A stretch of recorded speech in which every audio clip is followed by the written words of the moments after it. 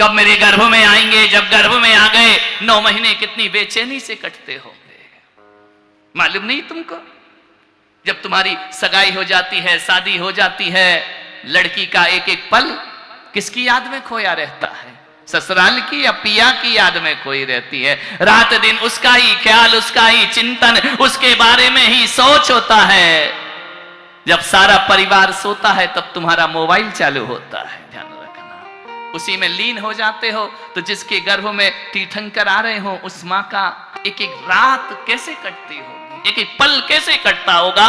कब आओगे भगवान, कब मुझे धन्य करोगे, सोचना है। कल्पना करो, आंख बंद करके सोचो कि हमारे गर्भ में यदि भगवान है तो हमारे दिन और हमारी रातें कैसे कटेंगी। इंतजार में कटेंगी, व्याकुलता में कटेंगी, आर्त में कटेंगी, भावनाओं में डूबे रहोगे। मैं तीर्थंकर की जननी। मालूम है जब मेरा चातुर्मास यहां फाइनल हुआ ना, विनोद जी वगैरह सारी टीम गई लेने, जून आ गया, निकट आ गया, तुम्हारे मन में क्या चल रहा था? कब आएंगे महाराज, कब आएंगे महाराज, चातुर्मास होगा, कब हम धर्म से लगेंगे, कैसा हमारा आने वाला कल होगा, कैसा ऐतिहासिक चातुर्मास होगा। कितना व्याकुलता,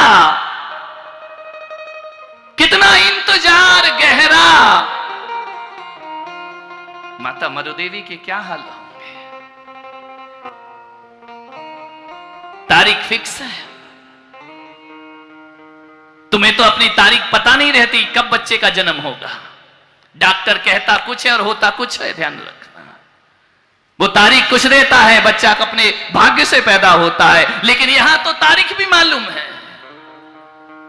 यहां बता दिया सौधर्मिंद्र ने कि माता 9 महीने बाद तुम्हारे पुत्र का जन्म होगा। तारीख फिक्स, टाइम फिक्स, वक्त फिक्स है, लेकिन उस टाइम का इंतजार कितना लंबा है। 9 महीने 9 जन्मों के समान लगते हैं माता मरुदेवी को। एक एक पल की खबर माता मरुदेवी को। मालूम है कौन बनती है जिनेंद्र जननी? तीर्थंकर नाम कर्म का उदय होता है। तीर्थंकर तो एक कर्म है, लेकिन मां नाम का कोई कर्म नहीं है। 148 प्रकृतियों में ऐसा कोई कर्म नहीं है जिससे तुम तीर्थंकर की माता बन जाओ। ध्यान रखना, कोई कर्म ऐसा नहीं है। 148 कर्म की प्रकृतियां, तीर्थंकर बनने वाला कोई कर्म है, लेकिन तीर्थंकर की माता ऐसा कोई कर्म मुझे शास्त्रों में पढ़ने नहीं मिला कि जिससे हम तीर्थंकर। लोग आते महाराज हम कैसे बनेंगे तीर्थंकर के माँ बाप? नहीं बन सकते। 24 ही माता होंगी, ना कम होंगी ना ज्यादा होंगी। उन 24 में हमारा नाम आएगा या नहीं? नहीं आने वाला। मालूम है कौन बनती है जिनेंद्र की जननी? कौन सा पुण्य कमा के लाती है वह? जन्म तो मिथ्यात से होता है, स्त्री पर्याय, लेकिन कैसा पुण्य कमाया उसने, विचार करना है आपको। पुण्य में ना हो हिम्मत तो संतों की संगत नहीं मिलती, और किसी को भीख में इतनी बड़ी दौलत नहीं मिलती। बोलो ऋषभदेव भगवान की। मुफ्त में नहीं मिलता है। कौन बनती है जिन जननी? जिनके अतीत में उसे तीर्थंकर से निकट के संबंध होते हैं, अति आत्मीयता होती है, अति अनुराग होता है तीर्थंकरों से, जो तीर्थंकरों के प्रति रोम रोम से समर्पित हुआ करते हैं। वे जाकर के तीर्थंकर के रिश्तेदार बना करते हैं। जन्म जन्म की प्रीत है ये, जन्म जन्म का आसक्ति है ये तीर्थंकर के प्रति। ऐसे ही कोई तीर्थंकर की माता नहीं बन जाती है। आपसे कहूंगा उदयपुर वालों, उदयपुर की माताओं बहनों से कहूंगा, इतना अपने तीर्थंकर के प्रति अनुराग रखो, इतना अनुराग रखो, इतना अनुराग रखो कि आने वाले कभी कोई तीर्थंकर इस धरती पर आए तो हम तीर्थंकर भले ना बने लेकिन उनके रिश्तेदार बन करके जरूर पैदा हो जाएं, उनके संबंधी बन करके जरूर पैदा हो जाएं, क्योंकि जो जो तीर्थंकर से संबंध बनाता है, आगम कहता है वे सब आत्माएं मोक्ष के भागीदार हुआ करती हैं। भगवान उन्हें अपने जैसा बना लेता है। ये बोलियां ले रहे मत समझो कि पैसों से मिला है, पैसा कुछ नहीं होता मेरे भाई, ये संबंध बन रहा है तीर्थंकरों से। ध्यान रखना, लाखों रुपए में आप घर बनाते हैं, मकान बनाते हैं, विषय भोग में लगाते हैं, ये लाखों रुपए आपने तीर्थंकर की कथा में लगा दिया, क्या सोचते बेकार जाएगा? नहीं, ये तीर्थंकर के वंश में पैदा करने का सौभाग्य तुम्हें प्रदान करेगा। ध्यान रखना, किसी ना किसी जन्म में हम उनके रिश्तेदार जरूर बनेंगे। मां को पता चला कि आज आखिरी रात है, बेचैनी, व्याकुलता, कल सुबह सूर्योदय होगा, आकाश में सूर्य का उदय होगा और यहां पुत्र का उदय होगा। उषा काल ब्रह्म मुहूर्त, वो आखिरी रात कैसे बीती होगी? माता मरुदेवी, कैसा सौभाग्य मिला तुझे, कैसा पुण्य अर्जित किया। लोग जयपुर से मूर्ति लाके एक पत्थर, ईंट पत्थर की इमारत को मंदिर बनाते हैं। धन्य है माता मरुदेवी जिसने अपनी देह को तीर्थंकर का मंदिर बना करके खड़ा कर दिया, देह को देवालय बना दिया, जिसके हृदय में भगवान आ गए। हम रोज मंदिरों में लौंग उठा के कहते हैं कि हे पार्श्वनाथ, हे ऋषभदेव, अत्र उतर उतर, अत्र तिष्ठ तिष्ठ, ठा ठा, अत्र मम सन्निहितो भव। रोज रोज कहते हैं, लौंग ही रहती है, भगवान नहीं आते हमारे पास में। ध्यान रखना है। लेकिन जिन जननी ने तो कुछ नहीं कहा कि अत्र उतर उतर, उसने कुछ नहीं कहा मेरे हृदय में आके बैठो, उसने कुछ नहीं कहा कि सन्निधिकरण प्रदान करो। ध्यान रखना, बिना लौंग के, बिना फूल के, जिसके हृदय में, जिसकी कुक्षी में तीर्थंकर जैसी आत्माएं आ जाया करती हैं, सानिध्य प्रदान करती है। पूरी जिंदगी गुजार देते हम स्थापना आह्वान करते करते, कुछ नहीं घटता हमारे जीवन में। मंदिर बन गया पूरा देह, मालूम है? भगवान गर्भ में भी देखते हैं, तीर्थंकर भगवान गर्भ में भी सुनते हैं। 3 ज्ञान लेकर आए हैं, मति ज्ञान, श्रुत ज्ञान और अवधि ज्ञान लेकर माता की कोख में बैठे हुए। मालूम है, जिनेंद्र जननी 9 महीने उसे पता भी नहीं रहता कि मेरे को गर्भ धारण हुआ है। ये तो इंद्र आके बताता है, ये तो 56 कुमारिका, अष्ट कुमारिका को देखकर माता सोचती है कि मेरे गर्भ में कोई महान आत्मा है, ऐसी महान आत्मा जो गर्भ में भी तकलीफ नहीं देती है।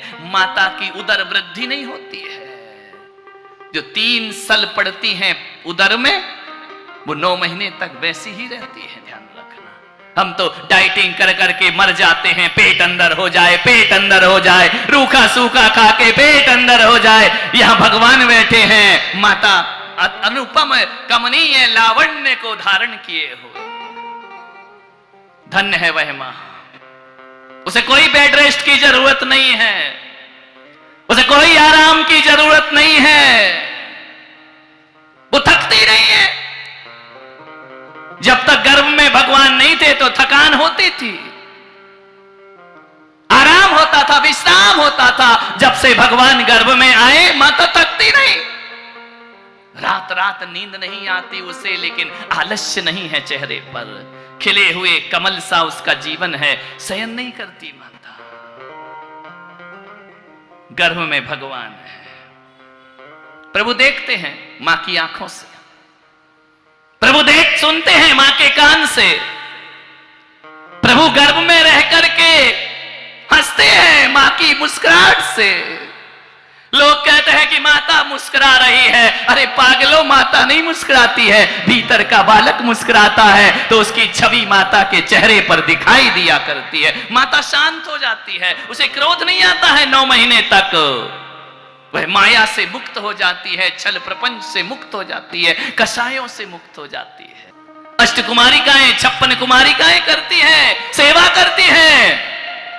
एक अद्भुत स्पर्श है, अद्भुत अनुभव है, अनंत अनंत सुखों का अनुभव माता के चरण छूने से नमनकर्ता को प्राप्त होते हैं। नाभिराए माता को देख देख कर हर्ष से भाव विभोर हो जाते हैं। कैसा सौंदर्य टपका है मां के चेहरे पर। श्री हरि धति कीर्ति बुद्धि लक्ष्मी माता के सौंदर्य को हजार हजार गुना बढ़ा दिया करती है।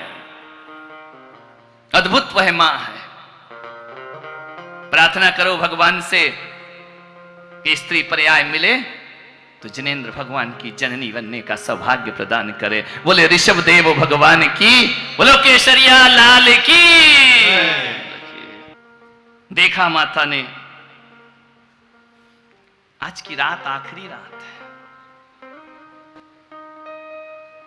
अकेली है महल में, अपने उदर पर हाथ रखती है, भगवान की धड़कनों को सुनती है, भगवान से संबोधन संवाद करती है। आज कह रही है माता मरुदेवी, रात्रि में अर्धरात्रि में एकांत में शयन है, सुंदर मखमली सैया सेज महारानी है नाभिराय की। अष्ट कुमारिकाएं चरण सेवा कर रही हैं, 56 कुमारिकाएं माता का मन बहला रही हैं। माता आप सो जाओ। नहीं, तुम सो जाओ, हमको नींद नहीं आ रही है। आखिरी रात, अंतिम रात है, कल सुबह जन्म होना है। माता ने देखा प्रभु से बातें कर रही अकेले में। आपके भी गर्भ होता है तो कितनी बातें करते हो अपने आप से, अपने मन से, अपनी आत्मा से, अपने पुत्र के लिए सपने सजाते हो। माता कहती है कि हे पुत्र, तुम साधारण नहीं हो। दुनिया की नजरों में मैं तुम्हें पुत्र कह सकती हूं, लेकिन तुम मेरे पुत्र नहीं हो। तुम भगवान हो, मेरे गर्भ में आए हो। कभी देखा है कि कोई पेड़ फलों से कहे कि तूने मुझे धन्य कर दिया? कभी देखा? फल कहते हैं वृक्ष से कि तुमने हमें धन्य किया है, लेकिन यहां बड़ा उल्टा है। यहां फल से वृक्ष कह रहा है तूने मुझे धन्य कर दिया। तुम ये तो कहते हो ना, माँ बाप बच्चों को धन्य करते हैं, लेकिन बालक कुछ ऐसे होते हैं जो माँ बाप को धन्य कर दिया करते हैं। तुमने मुझे सम्मानित कर दिया पुत्र। मेरा अपना कोई पुरुषार्थ नहीं, मेरा अपना कोई पुण्य नहीं, तुमने मुझे जननी नहीं जग जननी का सम्मान प्रदान कर दिया। सारा जगत मुझे माता कह करके बुलाता है। अब इंद्र मुझे मरुदेवी कह के आवाज नहीं लगाता, हे जिनेंद्र जननी। इंद्र पूजा करता है इष्ट द्रव्य से माता पिता की। कितना उपकार किया पुत्र तुमने हम पर। हमने तो ये सुना है कि बच्चे कहते हैं कि माँ बाप का हम पर उपकार है, लेकिन मरुदेवी कह रहे कि पुत्र तुम्हारा हमारे ऊपर जन्म जन्म का उपकार है। एक साधारण सी स्त्री को धर्मात्मा के द्वारा वंदनीय बना दिया। अद्भुत महिमा तुम्हारी। मालूम है तुम्हें, अभी तक तुमको पता है, अभी तक तुम 9 माह मेरी आंखों से देखते रहे ना भगवान। अब ये आपकी माता चाहती है कि आपने मेरी आंखों का 9 महीने उपयोग किया है, 9 महीने मेरी आंखों से सारा संसार देखा है, लेकिन हे पुत्र, अब ये माता अपनी आंखों से तुम्हें देखना चाहती है, इंतजार कर रही है मैं अपनी आंखों से तुम्हें देखूं। अभी तक तुमने मेरी आंखों से देखा है, वो क्षण प्रदान करो पुत्र, शीघ्र करो। अब व्याकुलता बढ़ रही है, मैं अपनी आंखों से तुम्हारे दर्शन करना चाहती हूं। कैसा जीवन, कैसी रात वह माता मरुदेवी की। अभी तक मेरे कानों से तुमने सुना है ना। हे पुत्र, मैं चाहती हूं कि अब मैं, तुमने मेरे अपने कानों से सुना है मुझे, अब मैं अपने कानों से तुझे सुनना चाहती हूं। मेरा जीवन धन्य करो पुत्र। अभी तक मैं तुम्हें 9 माह गर्भ में रखी थी, अभी तक मेरी आवाज तुमने सुनी है। अब ये माता तुम्हारी आवाज को तरस रही है कि कब पुत्र पैदा होगा और कब वह मरुदेवी को अपनी मां कह करके बुलाएगा, मां कह करके आवाज लगाएगा। वह अवसर मुझे दो। 9 माह से तुम्हारा इंतजार कर रही है ये माता। आखिरी रात, ध्यान रखना। अभी तक तुम मेरी बातें सुनते थे ना, अब कल से मैं तुम्हारी बातें सुनूंगी। मालूम है पुत्र, तुमने 16 सपने मुझे दिखाए, अंतिम स्वप्न क्या था मालूम है? किसी को मालूम है? कल रात को देखा ना? बोलो, आखिरी स्वप्न क्या देखा माता ने? 16 स्वप्न के बाद क्या देखा माता ने? लोग आए, बड़ा अच्छा दृश्य रहा, बहुत अच्छा नाटक प्रस्तुत किया। क्या किया? कौन बताएगा? कोई बता सकता है? क्या देखा माता ने? बोलो बोलो। निर्धूम अग्नि? नो, यही देखा? ऐसा तो नहीं कि माता के साथ साथ तुम भी सो गई थी, ध्यान रखना है। क्या देखा माता ने 16 स्वप्न के बाद? दोनों ही सो रहे थे। एक से ही लग रहे हो बेटा, अकल से भी और सकल से भी, ध्यान रखना। क्या देखा माता ने सपने के बाद? क्या देखा? बस यही कथा सुन रहे हो। सामने दृश्य देखा, तुम्हें याद नहीं। माता को एक नहीं 16 स्वप्न याद है, तुम्हें वो लास्ट वाला भी याद नहीं। क्या देखा? बोलो। सौधर्म इंद्राणी कहां गई? नहीं, गायब।